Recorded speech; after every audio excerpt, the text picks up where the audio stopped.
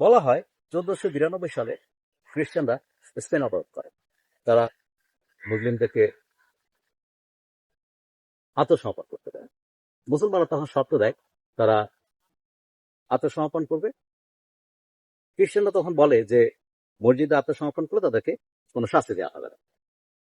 যথারীতি 1492 সালের 2রা জানুয়ারি খ্রিস্টানরা স্পেন দখল করে এবং তারা মুসলমানদেরকে মসজিদ থেকে বের করে নিয়ে এসে হত্যা করে। তাহলে ঘটনাটি হচ্ছে 1492 সালের 2রা জানুয়ারি। এর সাথে এপ্রিল ফুলের কোনো সম্পর্ক নেই। আর সবচেয়ে বড় যে বিষয়টা সেটা হচ্ছে এই ধরনের কোনো ঘটনার কথা আমরা ইতিহাসে পাইনি। তাহলে কেন এই ভুল ব্যাখ্যা, কেন এই মিস ইন্টারপ্রিটেশন?